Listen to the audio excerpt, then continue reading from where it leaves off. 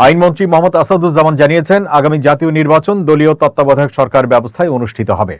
তবে তত্ত্বাবধায়ক নাকি অন্তর্বর্তী সরকার থাকবে, সব শ্রেণীর মানুষের মতামত নিয়েই সিদ্ধান্ত হবে। বৃহস্পতিবার দুপুরে সচিবালয়ে আইন মন্ত্রণালয়ের এক সংবাদ সম্মেলনে একথা জানান তিনি। আইনমন্ত্রী বলেন, তত্ত্বাবধায়ক সরকার ব্যবস্থায় ফেরানো আমাদের রাজনৈতিক অঙ্গীকার। তিনি বলেন, রায়ে 54টি বিষয় বলা হয়েছে। জুলাই সনদকে প্রাধান্য দিয়ে 54টি বিষয়ে পদক্ষেপ নেওয়া হবে। এছাড়া এই রায়ে অন্তত 4টি বিষয়ে জন আকাঙ্ক্ষা পূরণ হয়েছে। আইনমন্ত্রী আরো বলেন, সুপ্রিম কোর্টের রায় এবং জন আকাঙ্ক্ষা সামনে রেখেই রায় বাস্তবায়ন করা হবে। জাতীয় সংসদের আগামী অধিবেশনেই জাতীয় মানবাধিকার কমিশন আইন উত্থাপন করা হবে।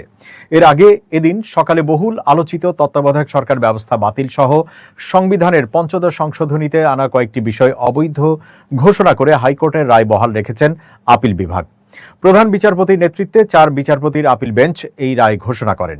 এই আদেশের ফলে সংবিধানে গণভোট ও তত্ত্বাবধায়ক সরকার ব্যবস্থা ফিরল বলে জানিয়েছেন আইনজীবীরা।